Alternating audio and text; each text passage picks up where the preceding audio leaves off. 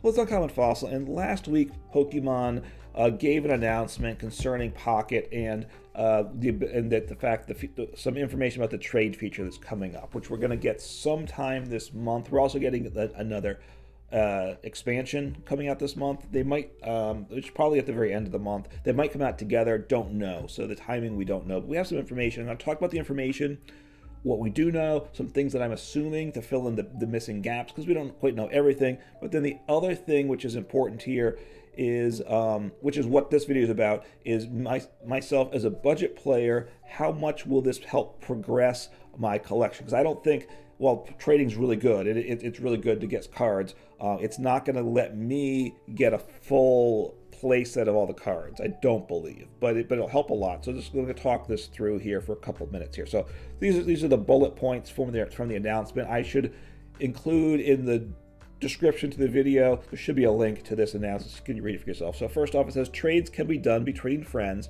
which therefore I assume means we can't trade only. I assume that means only between friends, right? Trades can be done with cards of the same rarity, so you can trade a 3-diamond card for a 3-diamond card. You can't trade it for a 1-diamond card nor a 4-diamond card. And I also then assume that you can only trade one, say, 3-diamond card for one other 3-diamond card. It doesn't say that in the video, but I think that is logical, right? That's I think what's implied there. At the time of the trade features launch, this is another bullet point, an important one, certain cards from the Genetic Apex and Mythical Island booster packs will be available to be traded. We are planning to continue to expand the selection of booster packs that you can trade from. So we're going to be able to trade from the current booster packs that we have in the game now, that are in the game for like a couple months when trade launches, right? So the idea is we're not going to be able to trade from the newest set when it first drops out. Probably going to take a couple months. My guess is it won't be till the next set comes out that we can trade from it. Maybe even not till the next full set, depending if there's a mini set in between. So that's my guess there. Because look, Pocket's monetized. I get it, and they're entitled to do that, obviously, and it helps them develop the game. So they need to give a reason for players to still put money into the game. So, for myself, I'm not going to do that. But as a budget player, I put in time instead of money. Time in two ways. First, potentially grinding a little bit to get the rewards, although you don't need to grind. The rewards get capped out, so you don't need to put a ton of time in. But the other time is I have to wait. It's this whole delayed gratification issue, right? I don't get access to the newest cards right away. Okay, so that's that. So Genetic Apex, Mythical Islands, we can trade initially. The new set when it comes out, even if I don't believe will be tradable for a bit. But eventually they will be. And then it also says here cards with rarity of 1 diamond to 4 diamonds and 1 star, or it can be traded, or 1 crown, right? So only the lower rarity cards, although we can trade everything from what will be common, uncommon, rare, and EXs, because that's all the regular arts for all cards in the 1 to 4 diamonds, and then the single star cards as well, which is the alternate arts, but not for the EXs, and I don't think also for like the trainers in it. So, but I don't have a lot of. Well, I'll talk a look. The ones with the 1-star cards, there's not a lot of tradable cards for myself. But it's really, I'm going to focus on the 3 and 4 diamond cards. That's my real interest. Those are the cards I'm really trying to get. So the idea of things expanding in the future, the way it's the previous bullet point is the expansion will be for the packs that we can trade from. So they want to let the packs age a little bit, encourage people to spend money that can't wait. But then eventually, they know people are going to stop spending money, and at that point, then you can trade. So it's a way to either spend your money up front, get them quickly, or wait, and eventually you can trade for things. I don't think that by the expansion, it doesn't seem to say that they're going to expand the rarity. So they might never be able to trade the higher rare cards. I'm not a collector, I'm a player, so I just want 2 copies of every card. That's ideally what I'd like to get. And I don't care what the rarity is. So that part doesn't matter to me. Obviously, they might increase it for collectors, but on the other hand, collectors, the people that have to have copies of all the rare cards, that's where the big money is for Pokemon too, right? So they really want to force those players to pump a lot of money in the game too. So I'm not sure if that'll expand or not. And then the last point here is items must be consumed in order to trade. Now, I think it's unfortunate to say what I think that means is there's going to be some type of currency that resets, the same thing as we have for Wonder Picks and for opening packs, right? Probably that regenerates over time, and we can probably buy some of these things in the shop, right? So that's what I think it means there. I imagine there'll be a new currency, is what, like the hourglasses and stuff. So there'll probably be a trade currency. That's my guess.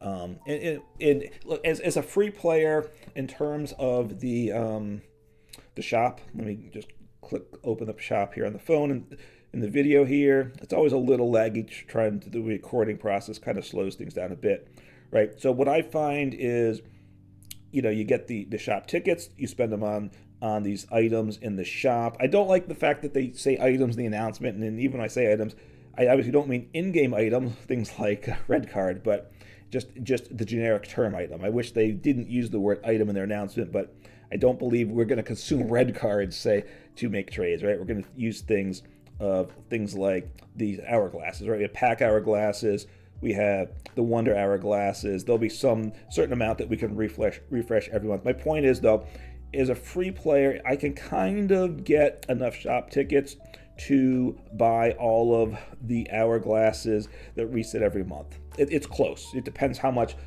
time I put in the game. So if I put in a lot of time, or they have some events that really help get extras, I can get them all. If I don't put so much time in the game, then I can't get them all, right? And that's fair there. But my point, if they have another item that refreshes every month with shop tickets, and they don't increase the amount of shop tickets I can get every month, then I'm going to have to make trade-off. Do I want to invest in pack hourglasses, Wonder hourglasses, or trade hourglasses, assuming that's what the currency is called, right? So it may, by trading, I may either have to wait to trade or have to get less of the other items. Okay, so that's the thoughts there. And then the question is, to me, and I think this is the more what I wanted to the focus of this video. Sorry for the introduction, but just want to talk things through. Is in terms of my collection, where I'm at now, how close can I get to a full play set of the card? So just for information, of the four different packs that are out, the Charizard, the Mewtwo, the Pikachu, which is all genetic Apex, and then the Mythical Island, which is the mini set unto itself. I have at the lowest end, taking a look at this is at the 3 diamond and the 4 diamond cards, as well as alternate arts. I don't care what the art is.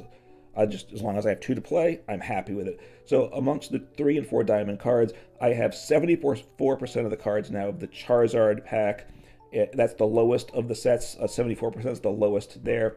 And the highest set is Mewtwo. I have 82% of the 3 diamond and the 4 diamond. The 4 diamond, of course, being the EXs. So that's just a sense of where my pack's at.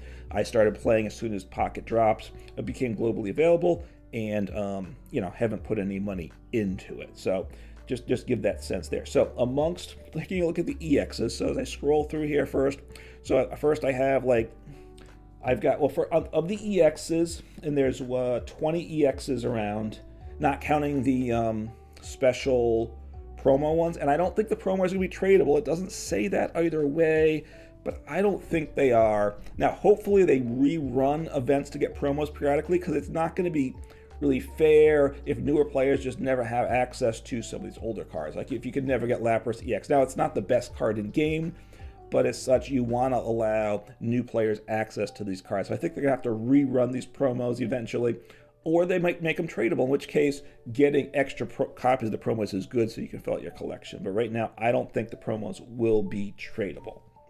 All right, so of these 20 EXs in the game, because there's 5 from each of these packs, times 4 different packs, we have 20. I am missing 7 EXs. Now, that's 7 out of 40 because I want 2 copies of each, okay? And for the most part, I'm missing a single copy of most of them. I'm missing an Aerodactyl, a Pidgeot, an Executor, an Articuno, and a Wigglytuff. And unfortunately, I'm still missing 2 Pikachus. I just haven't pulled a Pikachu EX, and I feel like I'm never going to pull one from a pack or a Wonder Pick. I Wonder Pick it every chance I get, and of course fail at it. So I'm thinking trading is the only way I can get it. So I'm glad this is coming to the game. So I need 7 EXs in total. So the question is, what do I have to trade through it? So as I look through, I have 1 crown rare that's not tradable. Here's the other thing: is what can we trade? It doesn't say this in the announcement, but my assumption is, and this is going to be a big deal. What the reality is we can only trade copies when we have extra cards of which we have extra copies. So the question is it going to be a second copy, or are you going to have 3 copies? And by that, I mean copies of the same art. So my assumption at this point is you're going to need to have 3 copies of the same art and able to trade a copy. If we just need 2 copies, then that's going to be better, certainly. But my assumption right now is we need to have 3 copies of the same art to be able to trade 1 card. The idea being they want us to keep a play set of each card in our collection. Don't know about that. Time will tell there. So when I went through, I've gone through my collection, took a look at all of the EXs, which is the 4 diamond cards. The single star cards are alternate arts, but not for the EXs. The EXs start at 2 stars, so that those don't come into play here. And you look through I look through my collection, seeing which cards I have extra copies of, 3 or more. And unfortunately, there's only 2 EXs that I have more than 2 copies of. I have a 3rd copy of Gyarados, let's say I have a Blastoise and a Gyarados, 3 copies of each of those. So I've been pulling those water Pokemon more than the others for whatever reason. So that gives me, assuming I have to keep 2 of them, I have now 2 EXs I can trade. I need 70 EXs, so I can now pick up 2 additional EXs, and I will still need 5 EXs. So, which means, hey, if I can trade for 2, I'm able to pull off trades for those 2 Pikachus. I'm very happy in it. So we will see how this goes. So that's my assumption. I need 7 cards. I can trade for 2. That's just my guess right now. The other question is then I took a look at the 3 diamond cards, seeing how much better that would be. Because again, the 3 diamond cards are important. Obviously, they're harder to get. So where is that at? And when I counted through all the cards, the EXs that I'm missing either 1 or 2 copies of, I need a total now of 25 cards. So 25 of the 3 diamond cards I don't have copies of either. I need 1 copy or 2 copies of those cards. And then looking through the extra 3 diamond cards, it is a lot more, like the Arcanine here.